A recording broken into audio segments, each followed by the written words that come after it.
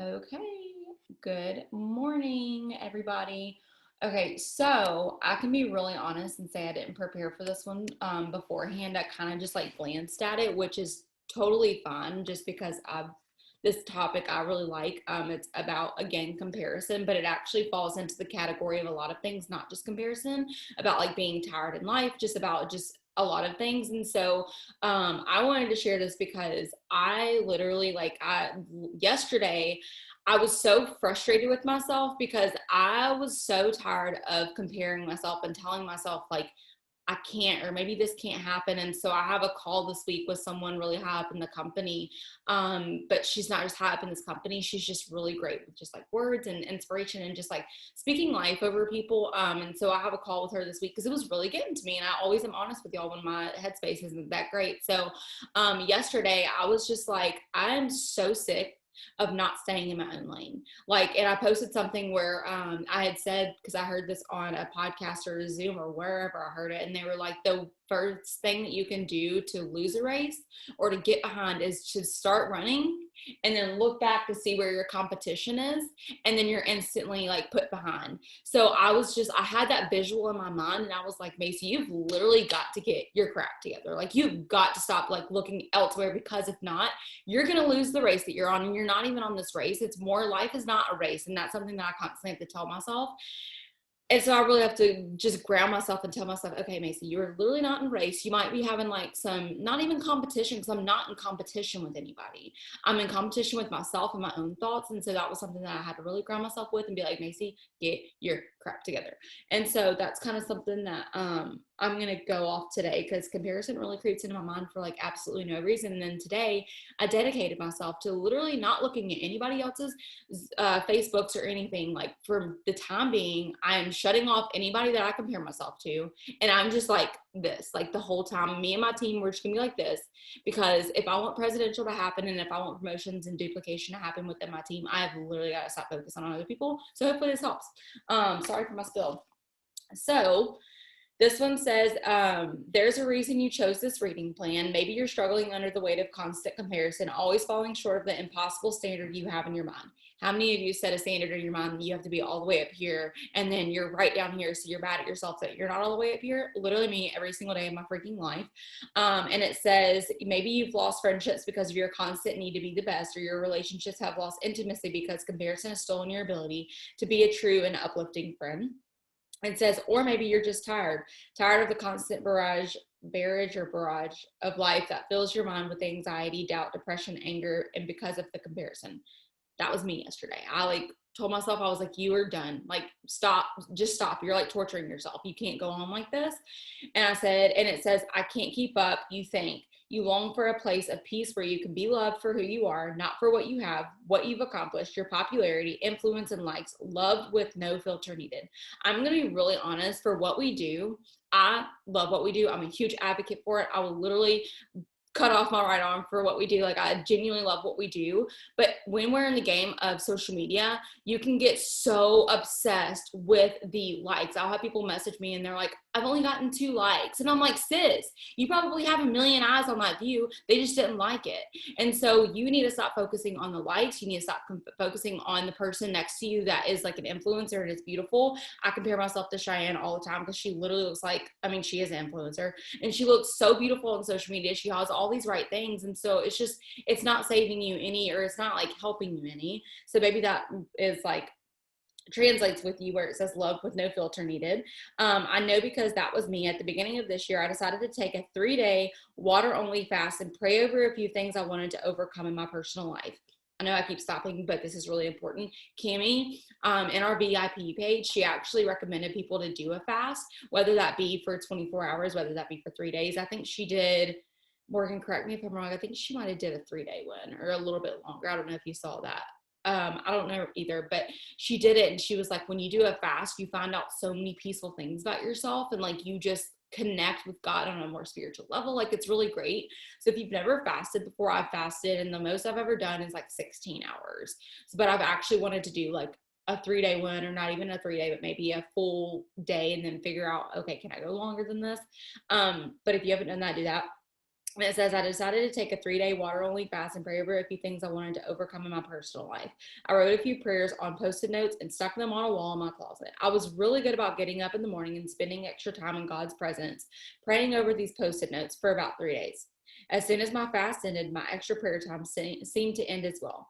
What didn't end was God's power at work in my life through these specific prayers I laid at his feet. One particular prayer was this: help me break free from comparison. I felt pulled down, overcome by an invisible weight, blinded by my judgment of others. I unfollowed people on social media who made me feel inferior. I talked negatively about people who made me feel jealous and never celebrated with those who were accomplishing great things in their lives. You know what I told myself last night? People who are being announced, I'm just going to be really real with y'all. People who were announced last night on the, for the, what am I trying, the winner's circle, literally the first thought that came into my mind was, it's always the same people.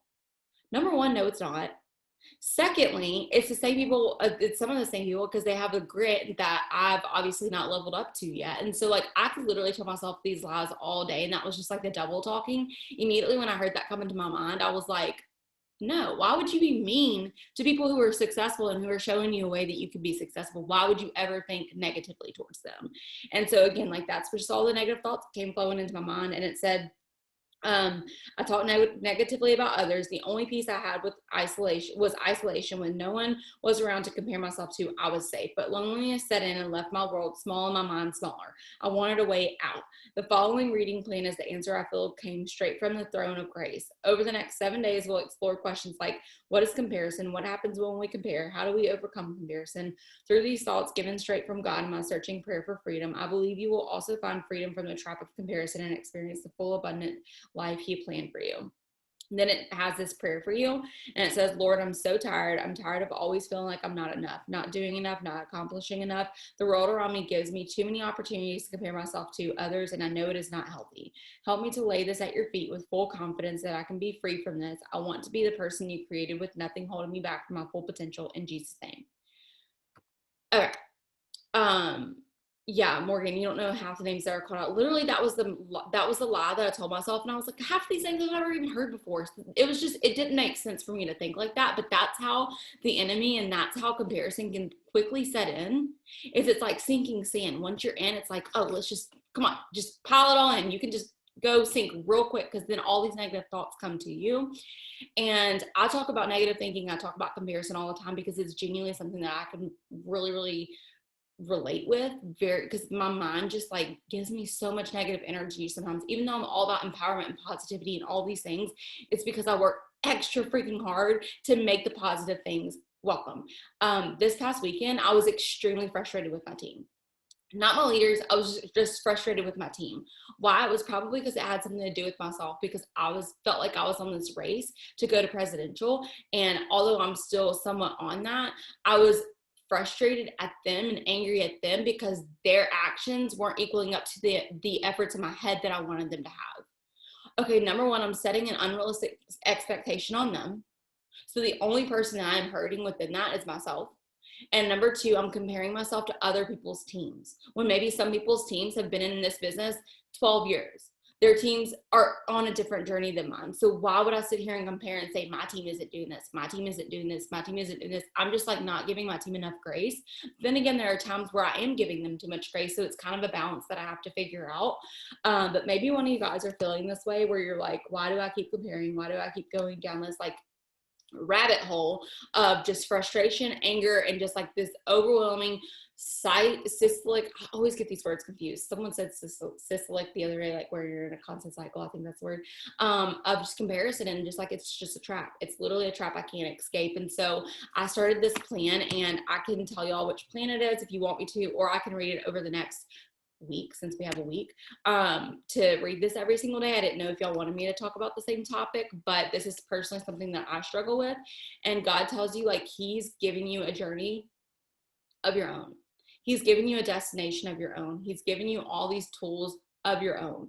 You are not meant to be the person next door because you are not equipped the same. That's like you going to try to fight a battle and someone has been in the army or war or whatever for 13 years and they know what they're doing. You're brand new, have had no training at all, and you're trying to fight. Like, it's just not the same comparison. You don't have the same armor as that other person. I've been praying for this promotion forever, and I can relate it to this business most, just because like I give this business so much of my life, and it's not a bad thing. I just truly love it. And I just have been having just this welcoming feeling of, you've got to do this, you've got to do this, you've got to do this, because I've been looking left and right of what other people are doing. I've seen other people sign 50 distributors, 50 distributors and 100 customers.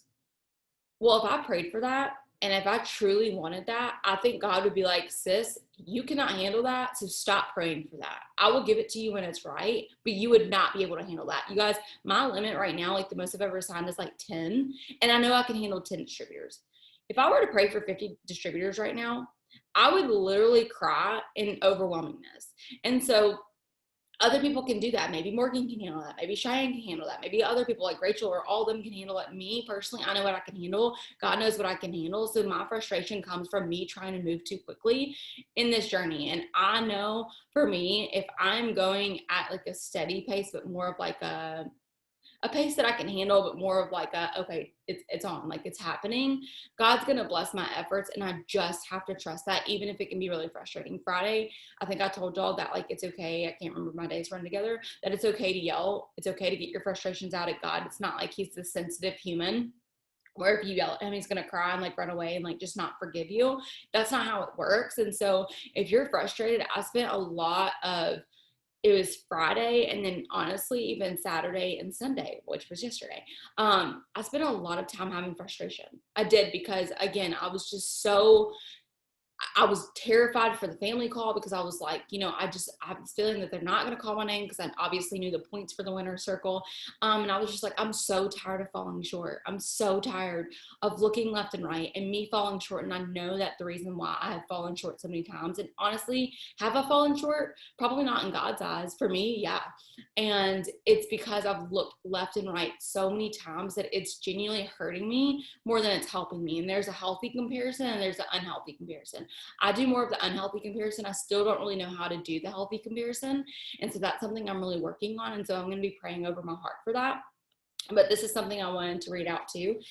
It says, come close to me and rest in my presence. I am all around you, closer than the very air you breathe. Trust me with every breath you take. Your need for me is a constant need as your need for oxygen. So don't neglect the discipline of practicing my presence. Because your mind is easily distracted, you keep coming back to me again and again. Do not be discouraged by your tendency to wander off in tangents from your true center in me. Simply keep making the needed adjustments to return to me. Make these little corrections joyfully, trusting in my unfailing love. Use my name, Jesus, to reconnect with me. Whisper it, sing it, shout it, remembering what it means. The Lord saves. Embellish my name with words of love and trust. Let your heart overflow with gratitude as you ponder all I am to you, all I've done for you. These practices draw you close to me and help you rest in my presence. So God, one thing that God wants you to do is constantly be in the present instead of thinking in the past, instead of thinking in the future. And so one thing to draw you closer to the present and not thinking about all the things that you could be doing, or all the failures that you've had in the past, or all the accomplishments that you want to have in the future, just calling him back to your presence and saying, God, like Jesus, like praying in that moment, whenever you feel overwhelmed, whenever you feel that sense of just comparison come over you, like I did last night. I actually just sat in the dark and I turned off the lights and I just like meditated in a very light way. I just focused on my breathing. And I just like closed my eyes. I focused on my breathing and I was just present in that moment, because I couldn't take the weight of the negativity, the comparison, all the, Macy, you're not good enough. Macy, you can't do this. Macy, you will never do this. Are you even meant to do this? Because you've been struggling, or not even struggling, but you've been working at this so long and you're not where you want to be. Blah, blah, blah. All these negative thoughts. And so maybe you need to do that and just calm your mind. And maybe you need to just sit there and be like, God, can you bring me back to the present tense? Like, can you please bring me back here now? And just pray. And even if you literally think that you only have 1 minute to pray, pray during that 1 minute. Okay, there have been times where I've literally prayed for a full 30 to 45 minutes.